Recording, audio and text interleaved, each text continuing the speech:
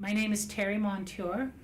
I'm a staff representative with the Canadian Media Guild, and I'm also a Mohawk from the Six Nations of the Grand River Territory in Southern Ontario.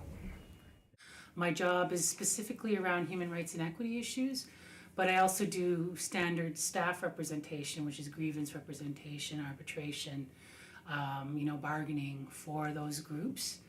I've been a labor activist since 1996 when I was approached to be a bargaining representative in my then workplace at Now Magazine here in Toronto. And I was on maternity leave at the time, so I went to the bargaining table with my daughter, and because she was still teeny tiny at that point, and I got hooked.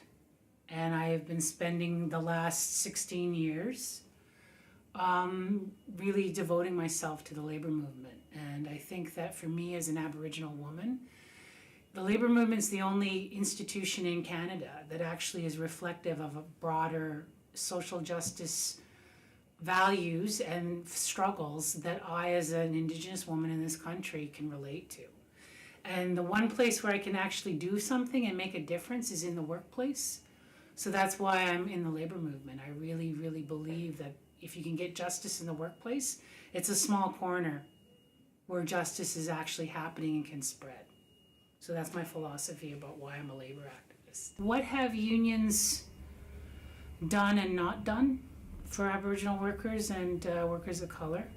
The number one thing that they've done is recognize that there's struggles that link collectively.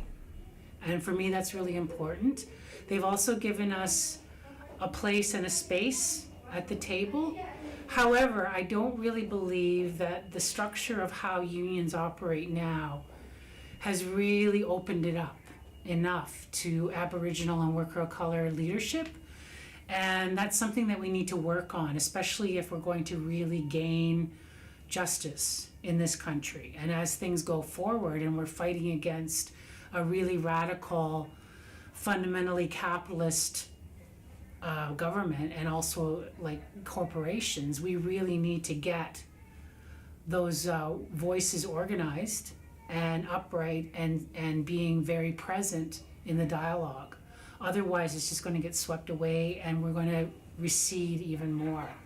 I think it's very important that unions recognize there's a lot of leadership potential and a lot of really interesting people who can really contribute to the discussion and to the militancy that we're going to need in the next little while. I really think that the labor movement, in order to be effective, is going to have to get back to the old style, sit-down strikes and really militant activity, because we are totally at war. I really feel like that. Sometimes it feels like I'm struggling every day.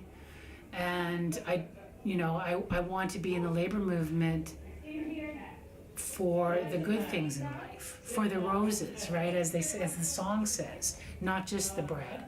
And so that's why we really need to be pushing forward an agenda that is about equity and is about representation and about voices, and not just about looking that way, but also being that way. And that's a really important issue for me.